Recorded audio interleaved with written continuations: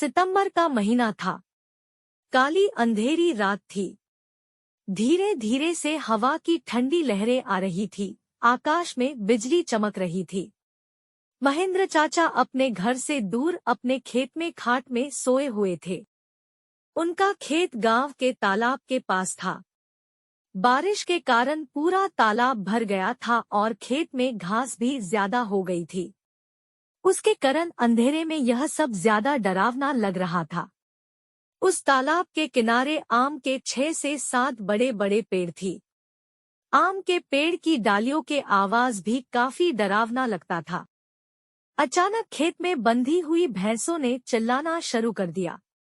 महेंद्र चाचा को पता ही नहीं चल रहा थी कि आखिर यह भैंसें ऐसा क्यों कर रही है। उन्हें लगा कि शायद ठंडी के कारण यह भैंसें ऐसा कर रही होगी। इसीलिए महेंद्र चाचा के खेत में चिमनी जलाई। उस चिमनी के उजाले में महेंद्र चाचा की नजर उनके खाट पे पड़ी। उन्होंने देखा कि एक स्त्री उनकी खाट पे बैठी है। यह देखकर उनका शरीर डर के मारे कांपने लगा। उसी वक्त आकाश में बिजली का तेज झटका हुआ। वैसे तो महेंद्र चाचा बहादुर थे, लेकिन आज उन्हें भी थोड़ा डर लग रहा था। उसी वक्त काका ने आग में सूखी घास डाली और आग को ज्यादा बढ़ाया। इसकी वजह से वो औरत ठीक से दिखाई दे रही थी। महेंद्र चाचा ने तापने के साथ बैठे बैठे ही बूम लगाई, कौन है? पर सामने से कोई प्रतिक्रिया नहीं मिली। इसीलिए काका अचंभित रह गए। उनकी समझ में कुछ नहीं आया। काका खड़े हो गए। इसीलिए महेंद्र काका ने सोचा कि अब डरने से कुछ नहीं होगा, मुझे हिम्मत से काम लेना पड़ेगा, क्योंकि जो डर गया वो समझो मर गया। चाचा ने एक बड़ी लकड़ी हाथ में ले ली और बोले, कौन हो तुम? तुम्हें क्या लगता है कि मैं तुमसे डर गया हूँ? लेकिन सच तो यही था कि चाचा अंदर से पूरी तरह से डर के मरे कांपने लगे थे। चाचा का यह गुस्से वाला रूप देखकर वो स्त्री खड़ी हो गई और जोर से बोली, क्या तुम मुझसे नहीं डरते?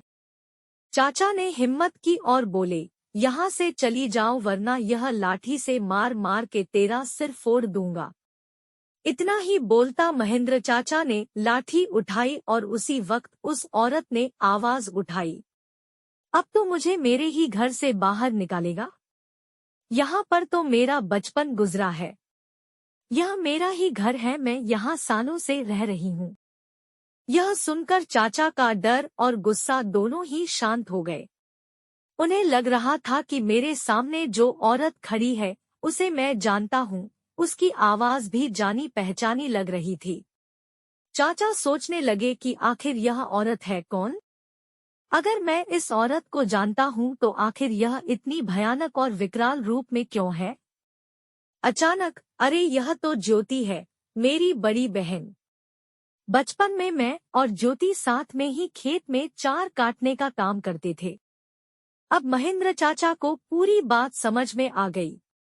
यह ज्योति के बचपन की बात है। जब ज्योति 14 साल की थी तब इसी खेत में गांव के कुछ बच्चों के साथ खेल रही थी। दूसरे बच्चों की तरह ज्योति भी पेड़ पर चढ़कर एक डाल से दूसरे में डाल पर छलांग लगा रही थी। अचानक ज्योति जिस डाल पर बैठी थी वह डाल टूट गई और ज्योति मुंह के बल नीचे गिर गई। यह देखकर सारे बच्चे डर के मारे चिल्लाने लगे। बच्चों के चिल्लाने की आवाज सुनकर बड़े लोग वहां पहुंचे और ज्योति को उठा के अस्पताल ले गए, लेकिन तब तक काफी देर हो चुकी थी। ज्योति की मौत हो गई थी। महेंद्र चाचा को ये सारी बातें याद आ गई और वह सीधा ज्योति के पास जाके रोने लगे। जब यह बात गांव वालों को पता चली तो सारे गांव वाले चौंक उठे थे। वास्तव में वह ज्योति ही थी। गांव के एक बड़े बुजुर्ग ने कहा कि जब ज्योति मौत हुई थी तब वो एक बच्ची थी, इसीलिए उसे बालक समझ के उसे दफनाया गया था, लेकिन वास्तव में उसका अंतिम संस्कार करने की जरूरत थी। इसीलिए ज्योति की आत्मा आज तक भटक रही है। महेंद्र चाचा ने तुरंत ही ज्योति को जहां दफनाया गया था वहां से उसे निकाला, किसकी भी हिम्मत नहीं हो रही थी कि कोई उसके पास भी जा सके। उसी वक्त ज्योति की आत्मा ने गांव वालों के सामने आके कहा कि हाँ, आपकी बात सही है, मैं मर चुकी हूँ। आप लोगों को मुझसे डरने की जरूरत नहीं है।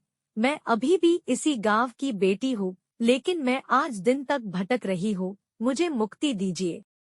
बाद में महेंद्र चाचा ने ज्योति के शव का अग्नि संस्कार किया और उसकी आत्मा को शांति दिलाई।